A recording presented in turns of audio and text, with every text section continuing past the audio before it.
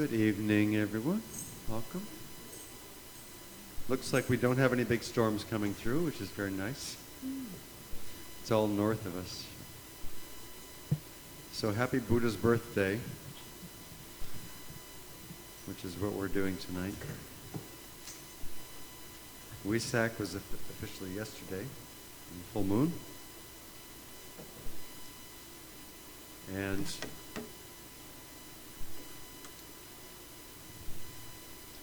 I have this piece I want to read, but maybe I'll wait. Maybe I'll wait a bit. Wait a little bit. Stick it in the middle somewhere. So we're going to start with an Om Tara Tu Tare, which really is one of the mantra for the green Tara. So one of the Buddhas, not Gautama Buddha, but a feminine variation of Buddha.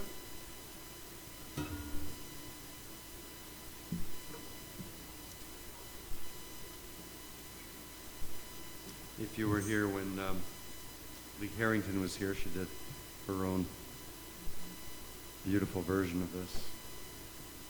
We're doing, however, the island version. This is Buddha Goes to the Bahamas.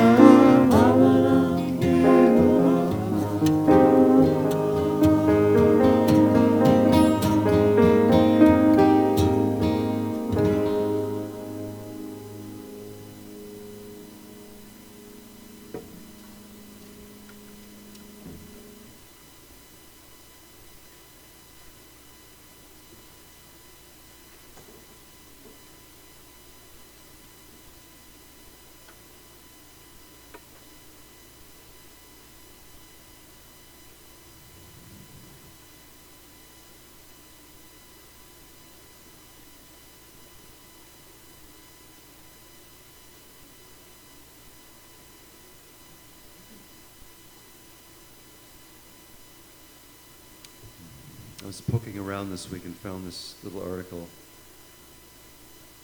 reflecting on the Buddha and on a poem by Rainer Maria Rilke called Buddha in Glory. So if you don't mind, I'd like to read this, I'd like to share this with you. It's by a Buddhist scholar named Arne Kozak. He says, you will find the poet Rainer Maria Rilke showing up on mindfulness teaching poetry lists. Here is his poem, Buddha in Glory. Center of all centers, core of cores, almond self-enclosed and growing sweet, all this universe, to the farthest stars and beyond them, is your flesh, your fruit.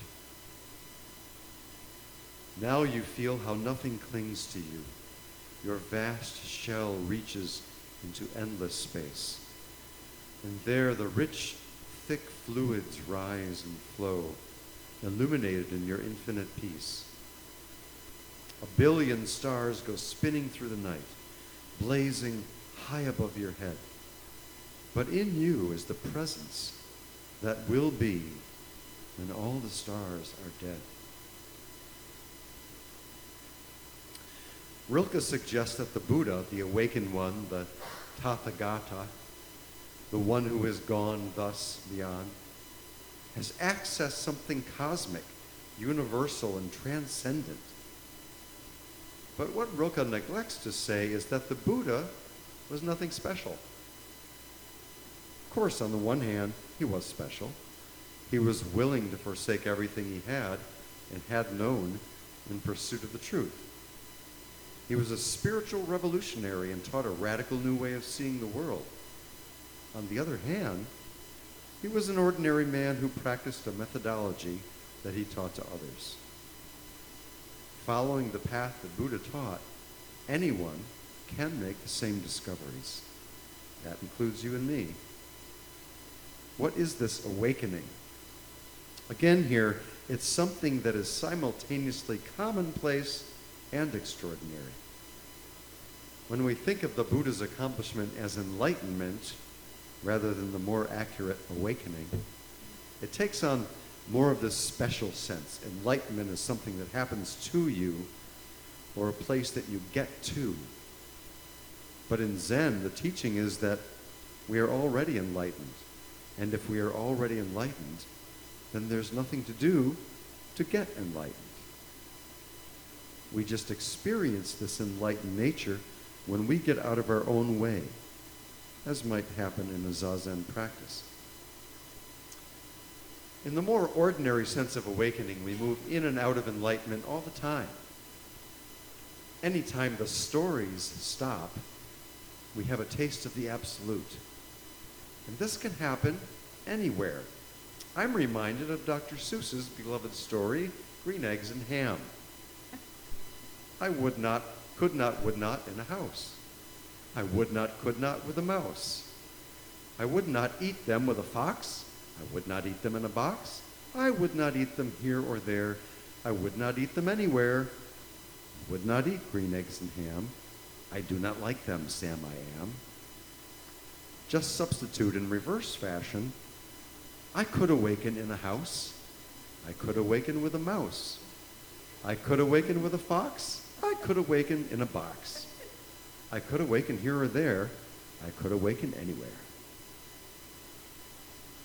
So there you go. I just had to share it. That was great. Because we can kind of idealize these things and think of, the Buddha way up there. Was that from the Old or the New Testament? Yeah. It was the revised New Testament in common parlance. Okay. So, the three jewels chant. Three jewels of Buddhism. Buddha, Dharma, Sangha. Enlightened being, enlightened teachings, enlightened community. That's us.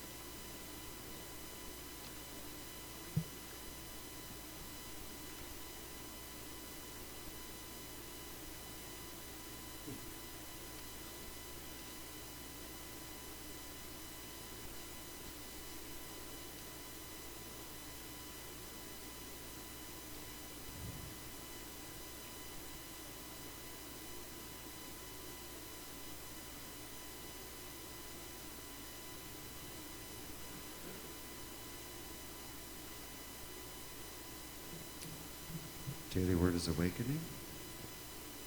Let's say this together. My soul is awakened to the glory of the Spirit. Hold that for a moment.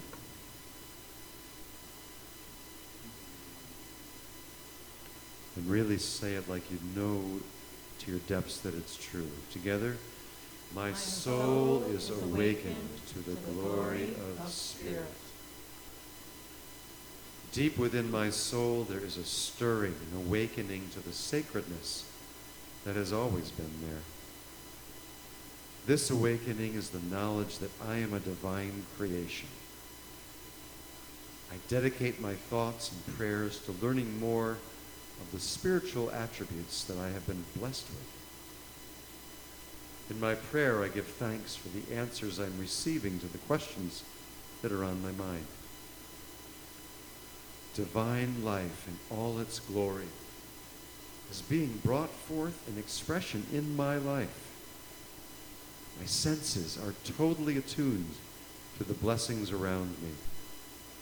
Every sight, smell, sound, texture, and taste in life awakens me to the glory of God. With this awakening, I feel my oneness with God's glory. I am one with absolute wisdom and eternal love. From Psalm 57, awake my soul. Awake, O harp and lyre. I will awake the dawn. I will give thanks to you, O Lord. Together again. My soul is awakened to the glory of the Spirit.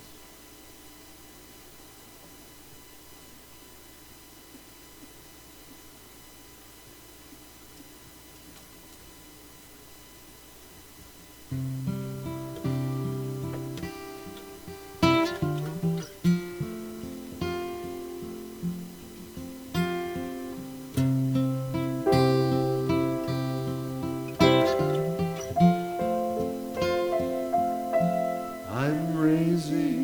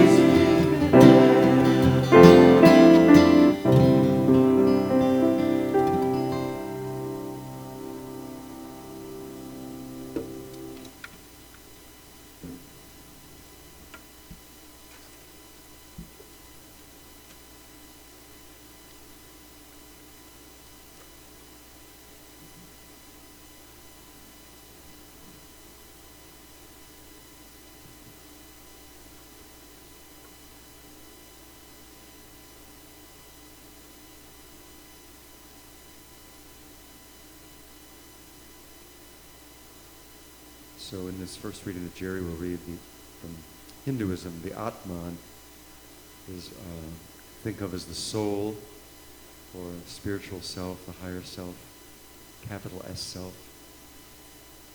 Brahman is the all. So. The Atman is the light. The light is covered by darkness. This darkness is delusion. That is why we dream. When the light of Atman drives out our darkness, that light shines forth from us, a sun in splendor, the revealed Brahman.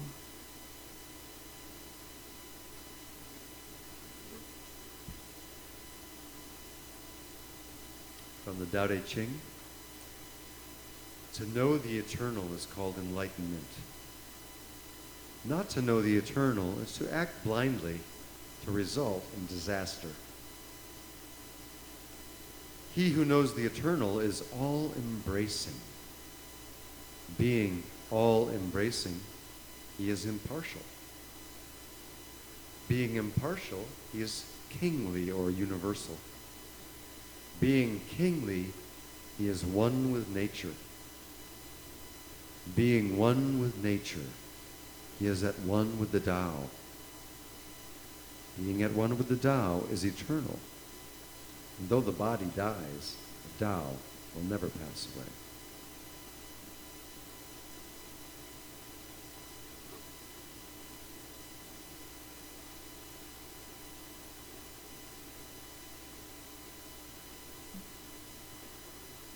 I am the Tathagata, the worshipful, the all-wise, the perfectly enlightened in conduct, the well-departed, the understander of the world, the peerless leader, the controller, the teacher of gods and men, the Buddha, the world-honored one.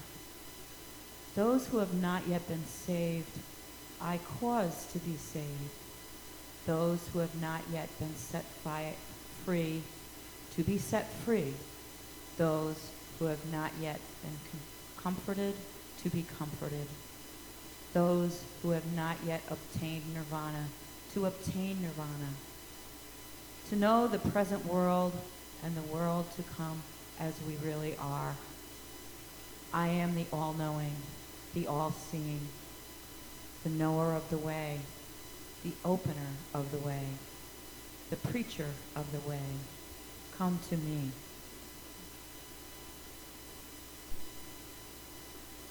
And these words of Jesus resonate nicely with that from the Gospel of Matthew.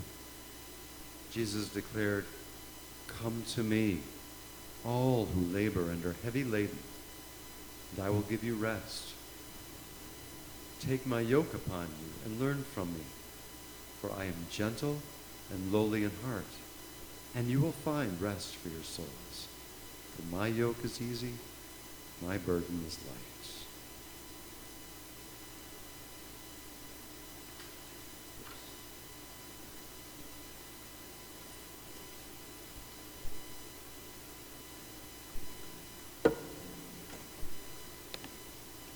So to lead us toward our meditation, we'll do this a little different version of the Gate Gate chant that we've done a couple of different ways.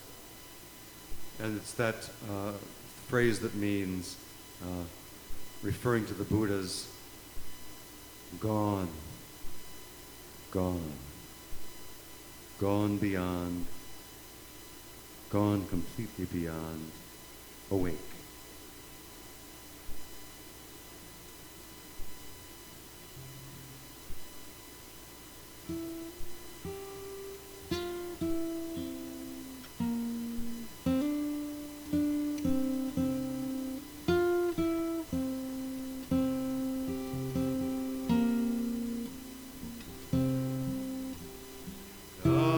Gate, gate,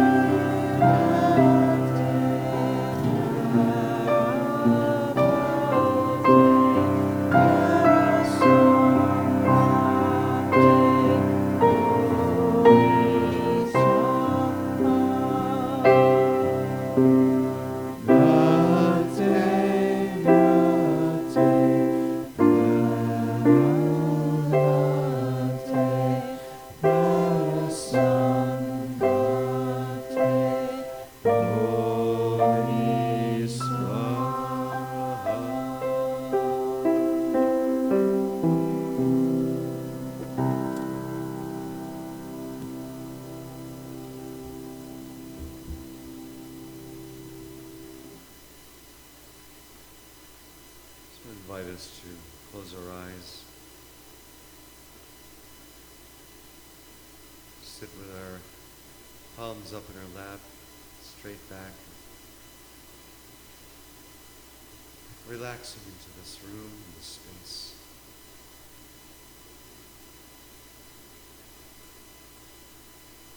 Knowing the one breath that we breathe together.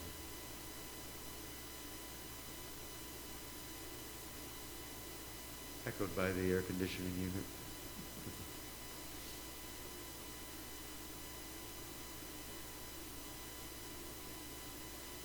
Breathing in gently and allowing peace to pervade our being as we do so.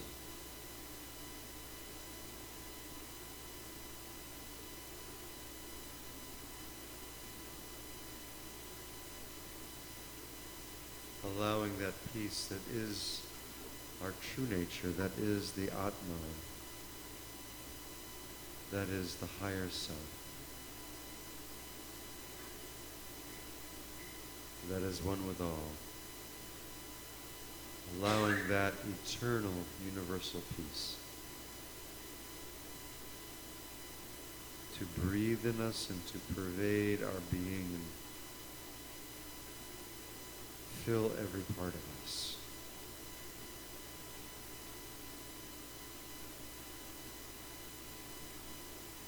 And breathing in, we are one with the one. Breathing out, we breathe out that breath to all. Breathing in, we feel the cycle of that one breath. We all breathe. Breathing out, we return it to the one.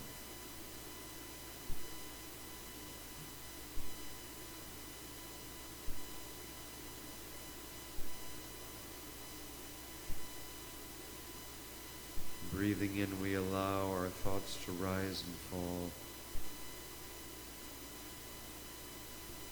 Returning as always to that peace, to that presence that breathes us.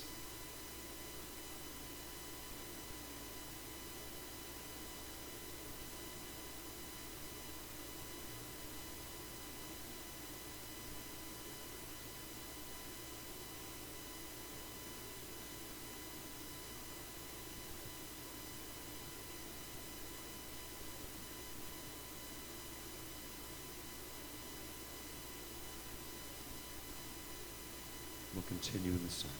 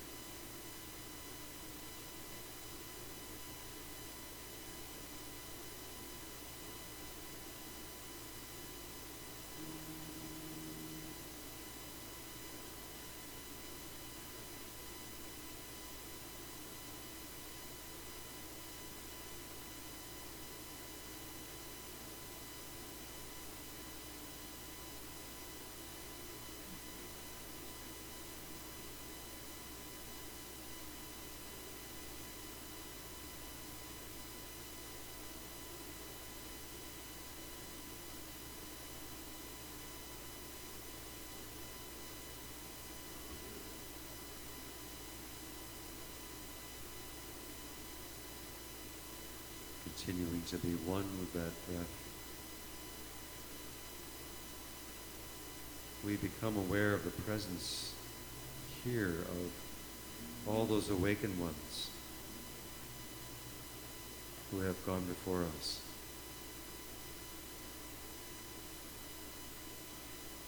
the Buddhas, the Christ, the spiritual teachers and mystics of all ages.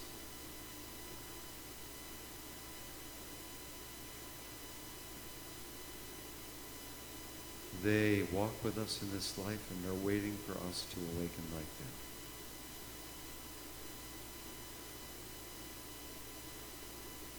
That we might experience the oneness of truth, the oneness of divinity that they know. The perfect bliss.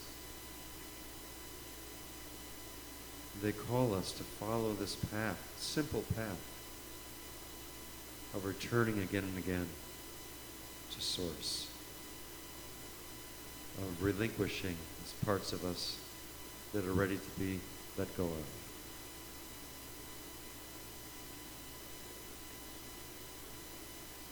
of moving ever closer to that moment of awakening. They would have us know tonight that it is not far off. It is right near us, awaiting us. It's not difficult. And it is our journey's destiny. We are already enlightened.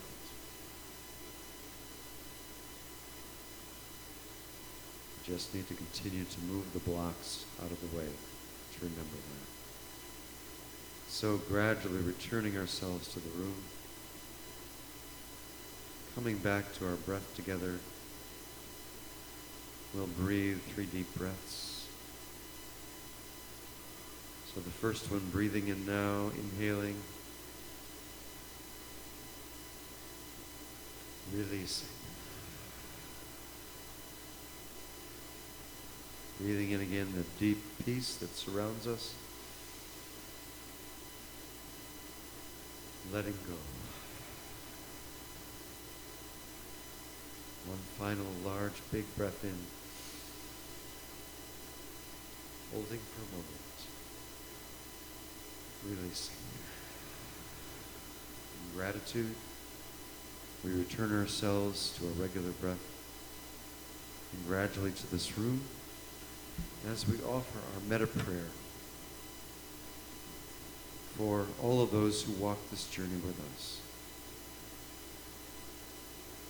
The Loka Samasta. We'll sing it 3 times for ourselves, offering this prayer for love, for happiness, freedom from suffering, and awakening.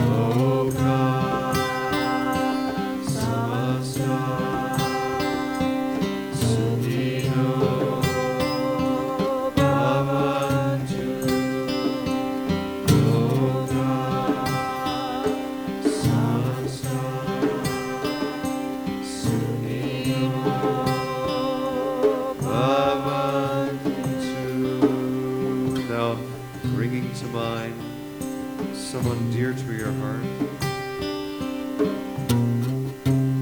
someone for whom you have deep love and affection, holding that one in your mind's eye in front of you. You sing for them. Loka Samasta Samasta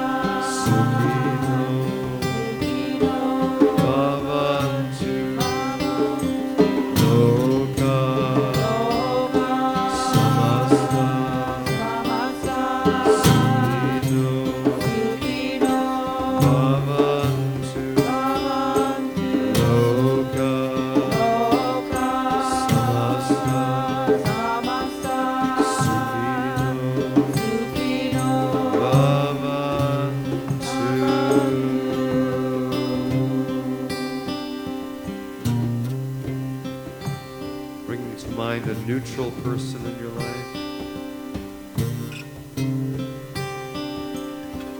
Someone just known in passing, perhaps.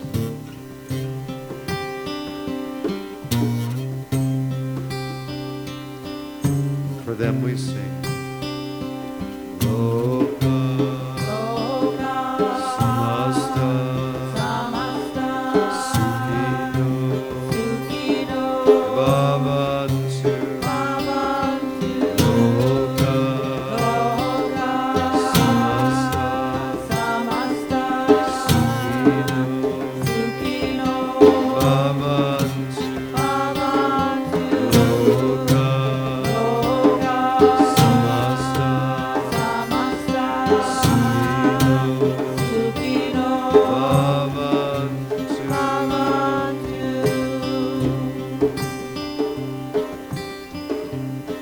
Someone in your life who is a little bit difficult to be in your life.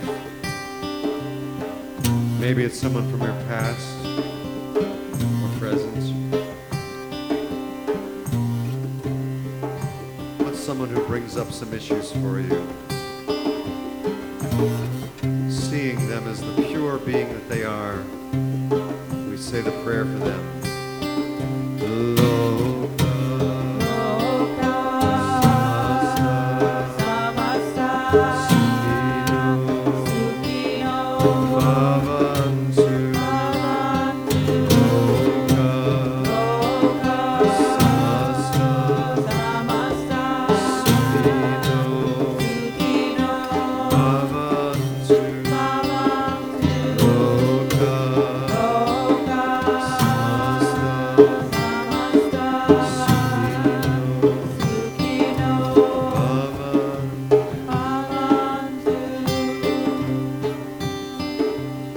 Holding all in this room, all members of this church, all people in the city, and expanding forth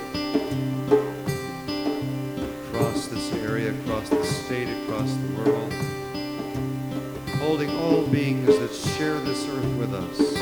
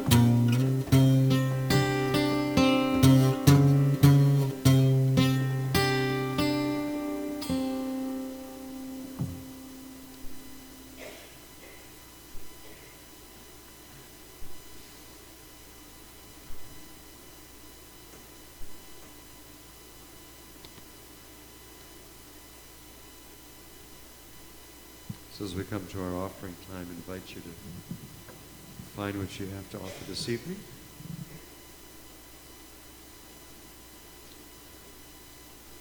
And gratitude for this day together, for this time together, for this ministry. If you'd like to hold it to your heart, you may, or whatever works for you. Let's say together our offering blessing. Divine love, flowing through, blesses and multiplies all that I have, all that I give, and all that I receive. We are blessed to know that Spirit is our source. Thank you, Thank you, Father, Mother God, and so it is. Amen.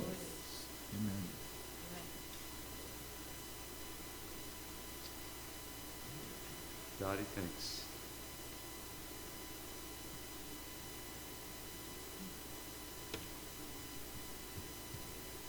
So words of the great, another Persian guy, I think, Kabir.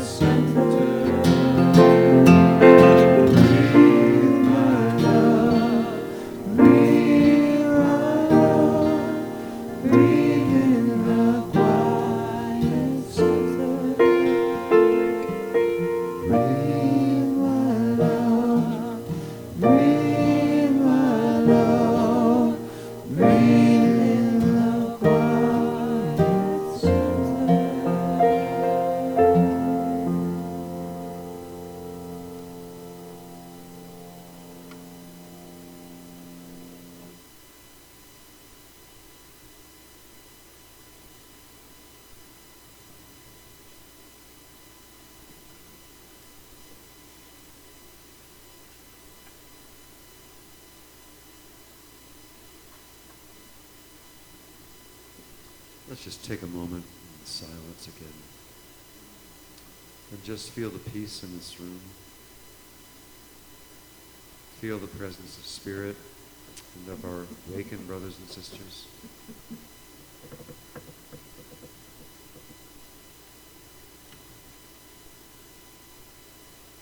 Feel the Sangha that we have formed here tonight.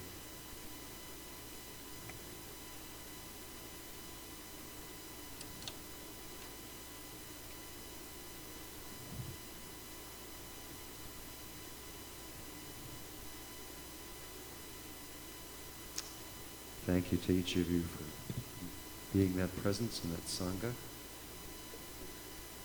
To our closing song, I invite you to stand up for this to close.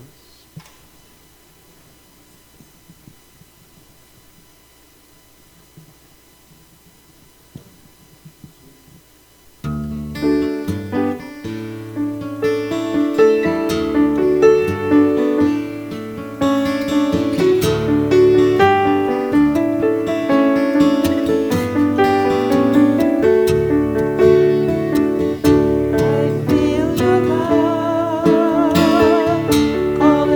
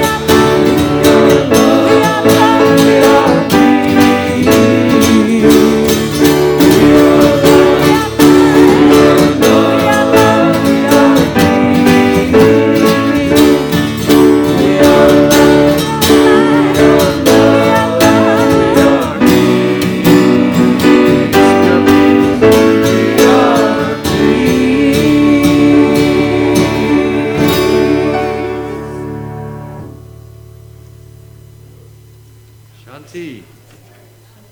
Namaste. Happy Buddha's birthday. Who brought the cake? Yeah. Happy birthday to you.